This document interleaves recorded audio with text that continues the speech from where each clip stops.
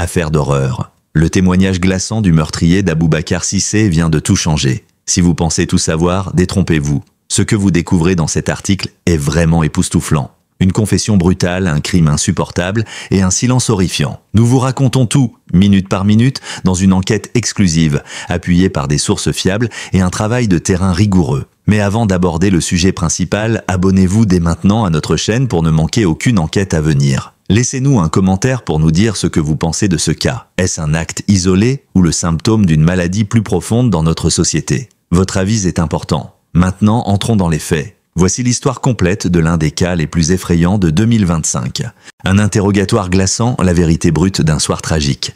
Le 14 mai 2025, dans une salle d'interrogatoire du commissariat de Bobigny, un silence pesant précède l'entrée d'un jeune homme menotté. Olivier Hadzovic, 26 ans, est assis face à deux officiers de la brigade criminelle. Son visage est fermé, ses yeux fuyants. À ses côtés, un avocat commis d'office observe, impassible. C'est le jour où l'enquête sur le meurtre d'Aboubacar Cissé, survenu 3 semaines plus tôt, va prendre un tournant décisif. Ce que Hadzovic va révéler au cours de cet interrogatoire va non seulement sidérer les enquêteurs, mais aussi faire trembler l'opinion publique. Dès les premières minutes, Olivier hésite. Il joue avec ses mains, évite les regards, mais finit par céder à la pression. Il commence à parler d'une voix sourde, presque mécanique. Ses propos sont enregistrés, retranscrits et consignés dans un procès-verbal qui hantera longtemps les esprits. Il décrit, sans émotion apparente, le déroulement de la nuit du drame, comme s'il racontait un banal souvenir. Selon ses dires, tout aurait commencé par une banale dispute. Le 22 avril 2025, vers 22h30, Olivier croise Aboubacar Cissé dans une rue du quartier de la Courneuve. Les deux hommes se connaissent vaguement, par des amis en commun, des soirées partagées, des rivalités sous-jacentes. Aboubacar aurait eu une dette envers Olivier, une somme dérisoire, à peine 50 €, liée à l'achat d'un vieux téléphone portable. Mais ce soir-là, la tension monte d'un cran. Olivier affirme qu'Aboubacar aurait tenu des propos insultants, l'accusant de mentir, de faire le caïd. Pour Hadzovic, c'est l'affront de trop. Aveuglé par la rage, il décide de le faire parler. Il le suit à distance jusqu'à un terrain vague, situé derrière un entrepôt désaffecté. L'endroit est sombre, silencieux, idéal pour disparaître des radars. C'est là que tout bascule. Olivier raconte comment il aurait commencé par frapper Aboubacar au visage. D'abord un coup de poing, puis plusieurs. Aboubacar tente de se défendre, mais l'agresseur est plus massif, plus déterminé. L'altercation dégénère en lynchage. Olivier aurait sorti un couteau de sa poche. Un couteau de cuisine volé dans un supermarché quelques jours plus tôt. Et l'aurait planté à plusieurs reprises dans le torse de la victime. Le ton avec lequel il décrit la scène glace le sang. J'ai frappé, encore et encore. Il ne criait plus. J'ai compris que c'était fini. Ce sont ses mots. L'avocat fronce les sourcils, les policiers se figent. Aucun remords, aucun tremblement dans la voix. Le corps d'Aboubacar, selon Olivier, aurait été laissé là, partiellement dissimulé derrière des palettes de bois. Il ne tente même pas de le cacher complètement, persuadé que personne ne viendra fouiller ce coin abandonné. L'autopsie confirmera la brutalité des coups. Pas moins de 11 plaies, dont 6 mortelles. Certaines montrent des signes de violence post-mortem, comme si la haine avait persisté au-delà de la vie. Ce détail interpelle les enquêteurs. Était-ce seulement un accès de colère ou quelque chose de plus profond, plus sombre, une envie de détruire? Lorsque les policiers lui demandent ce qu'il a ressenti après le meurtre, Olivier répond « Rien, j'étais vide ». Il ne fuit pas, ne change pas de vêtements, ne se cache même pas. Il passe la nuit chez un ami, comme si de rien n'était. Ce détachement alarme les enquêteurs qui demandent rapidement une évaluation psychiatrique. Car au-delà des faits, c'est la froideur du récit qui trouble. Olivier Hadzovic parle de la mort comme d'un geste banal, comme si l'acte de tuer n'avait aucune conséquence, ni pour la victime, ni pour lui-même. Ce témoignage brut révèle également un point troublant. Olivier affirme qu'il ne voulait pas tuer, mais punir, donner une leçon. Ces mots reviennent à plusieurs reprises dans ses déclarations. Il se voit presque comme une figure de justice autoproclamée, incapable de supporter l'humiliation, obsédé par la notion de respect. Dans son esprit, la violence n'est pas un dernier recours, mais un langage ordinaire. Dans les heures qui suivent cet interrogatoire, les enquêteurs confrontent Olivier à plusieurs éléments matériels. Sur ses vêtements saisis lors de l'arrestation, des traces de sang sont retrouvées, ainsi que de l'ADN appartenant à Aboubacar. Le téléphone du suspect le localise bien à proximité du lieu du crime à l'heure indiquée. L'ensemble du dossier commence à s'aligner comme les pièces d'un puzzle macabre. Mais derrière cette logique policière, c'est l'inhumanité du geste qui choque. Olivier ne semble pas mesurer l'ampleur de son acte. Lorsque les policiers évoquent la famille de la victime, il hausse les épaules. Il parle d'Aboubacar comme d'un problème à éliminer, et non comme d'un être humain. Ce mépris de la vie interpelle et interroge sur le chemin qui mène un jeune homme, né et élevé en France, à considérer la mort comme une solution à un simple différend. Le 14 mai 2025, l'aveu d'Olivier Hadzovic marque donc une rupture dans l'affaire. Ce n'est plus seulement une enquête sur un homicide, mais une plongée dans les méandres d'une psychologie brisée. Les policiers repartent de la salle d'interrogatoire sonnés. Ils ont entendu la vérité, mais une vérité trop nue, trop violente, pour qu'on puisse l'accepter sans malaise. La suite de l'instruction tentera de répondre à la question que tout le monde se pose désormais. Olivier Hadzovic est-il un monstre froid ou un jeune homme broyé par une société trop souvent indifférente à ses fractures? Ce qui est certain, c'est qu'en quelques minutes, il a détruit une vie, bouleversé des familles et offert un miroir terrifiant à une réalité que beaucoup préfèrent ignorer. L'enquête s'intensifie, vérité partielle et zone d'ombre. À la sortie de la salle d'interrogatoire, le 14 mai 2025, les enquêteurs de la brigade criminelle ne se parlent pas immédiatement. Le silence, cette fois, n'est pas dû à l'attente, mais au poids des révélations qu'ils viennent d'entendre. Olivier Hadzovic a avoué, certes, mais ses paroles ont semé autant de certitudes que de doutes. La violence décrite, le détachement émotionnel, les détails froids de l'acte, tout cela donne l'impression d'un récit appris par cœur, presque désincarné. Et si cette confession n'était qu'une version arrangée, une vérité partielle masquant une réalité encore plus dérangeante? Très vite, la cellule d'enquête se remet en ordre de marche. L'objectif est clair, vérifier, recouper et surtout comprendre ce que cache réellement ce crime. Car si Olivier Hadzovic a parlé, il a aussi évité certaines questions, notamment celles portant sur une éventuelle préméditation ou la présence d'un complice. Plusieurs incohérences ont été relevées dans ses déclarations. Il dit avoir agi seul, dans un moment de rage incontrôlée. Pourtant, les caméras de surveillance d'un commerce proche du terrain vague montrent une silhouette qui l'accompagne quelques minutes avant le meurtre. Une silhouette floue, encapuchonnée, mais bien visible. Ce détail change la donne, les enquêteurs réexaminent les données téléphoniques d'Olivier. Un appel suspect apparaît dans les relevés passés à 21h48 le soir du drame à un certain Bilal R, un prénom courant dans la cité, mais qui revient plusieurs fois dans les témoignages de jeunes du quartier. L'homme est rapidement identifié, placé en garde à vue. Il nie toute implication, affirme avoir simplement discuté avec Olivier ce soir-là, sans savoir ce qui allait se produire. Mais les policiers sont sceptiques, le timing est trop précis. Et surtout, pourquoi ce silence depuis 3 semaines? L'enquête s'étend alors à l'environnement social d'Hadzovic. Les voisins parlent d'un jeune instable, souvent agressif, obsédé par l'idée de respect. Un éducateur spécialisé, qu'il a suivi à l'adolescence, évoque une personnalité paranoïaque incapable d'accepter la contradiction. Il vivait tout comme une attaque, même une remarque anodine devenait une insulte.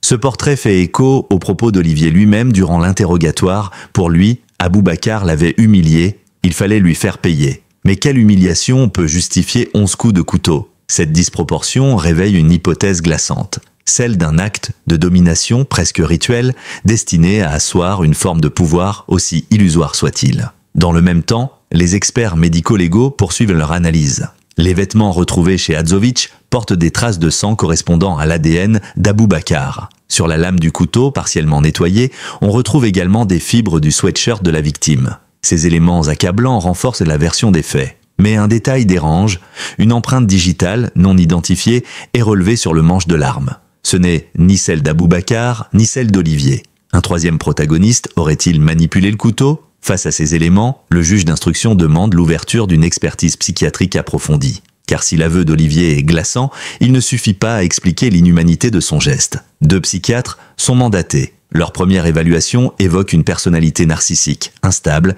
avec des tendances antisociales marquées. Mais rien qui n'abolisse totalement son discernement. Olivier est déclaré pénalement responsable, du moins en l'état actuel de l'analyse. Pendant ce temps, la famille d'Aboubacar suit l'enquête dans la douleur. La mère du jeune homme, Madame Cissé, refuse les interviews mais adresse une lettre ouverte aux médias. Dans ce texte bouleversant, elle écrit « Mon fils n'était pas parfait, mais il ne méritait pas cette fin. J'ai élevé mes enfants dans le respect et aujourd'hui, on me rend un cadavre. » Ces mots font le tour des réseaux sociaux. Ils résonnent dans les quartiers populaires comme un cri de détresse, une imploration pour que justice soit rendue, mais aussi pour que cesse cette spirale de violence absurde.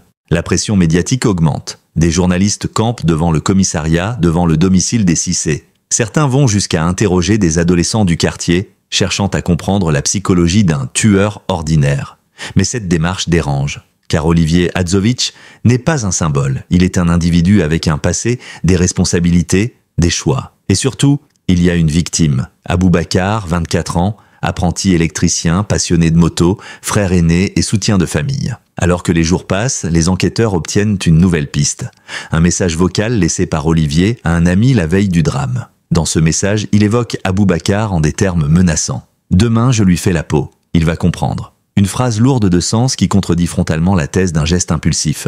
Le parquet envisage alors de requalifier les charges de homicide volontaire à assassinat avec préméditation. Une nuance capitale sur le plan juridique qui pourrait faire basculer toute l'affaire. Dans ce climat tendu, le juge décide de prolonger la détention provisoire d'Olivier Hadzovic, estimant que sa mise en liberté présenterait un risque grave de trouble à l'ordre public. L'information judiciaire est élargie à la recherche de complicité. Le parquet insiste, tout indique qu'Olivier n'a pas agi seul. Mais sans preuve formelle, difficile de franchir le pas. L'instruction devient alors un jeu d'équilibriste entre vérité judiciaire, pression populaire et prudence légale. Chaque détail compte, chaque déclaration est soupesée. Et pendant ce temps, les proches d'Aboubacar attendent. Ils veulent te comprendre. Ils veulent surtout que justice soit faite dans toute sa rigueur. Justice en marche, le poids d'un crime et la mémoire d'Aboubacar.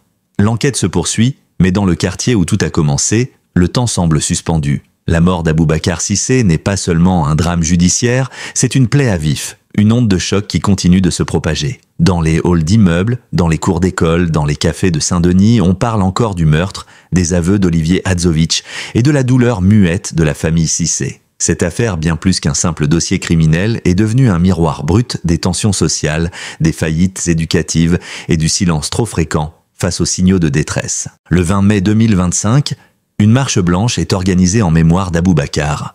Des centaines de personnes y participent. Sa mère, en tête du cortège, marche sans dire un mot, le visage fermé par le chagrin. Autour d'elle, des jeunes, des parents, des enseignants, des élus locaux. Tous veulent dire qu'Aboubacar n'était pas un chiffre ni un fait divers, mais un être humain. Les pancartes portenaient à son nom, son visage souriant imprimé en noir et blanc, et des messages simples, plus jamais ça, justice pour Aboubacar. Cette mobilisation populaire bouleverse le débat. Elle rappelle à tous que derrière chaque victime, il y a une histoire, un rêve brisé, des proches meurtris. Dans les jours qui suivent, des associations locales saisissent l'occasion pour alerter les autorités.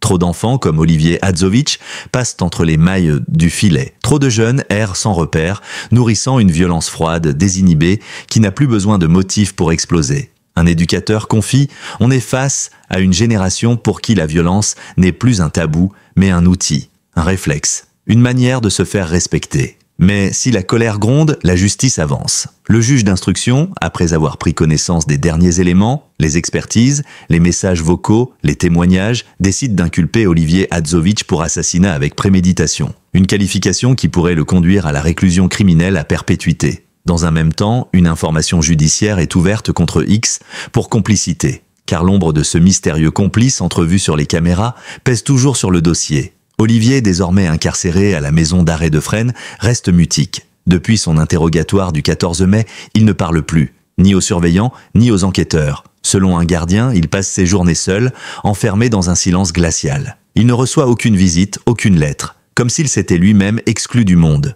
Une expertise psychiatrique complémentaire, ordonnée par la défense, conclut à une altération du discernement sans abolition. En clair, Olivier était conscient de ses actes, mais son impulsivité et son absence de cadre émotionnel ont exacerbé la violence de son geste. Le procès, prévu pour la fin de l'année, s'annonce comme un moment décisif.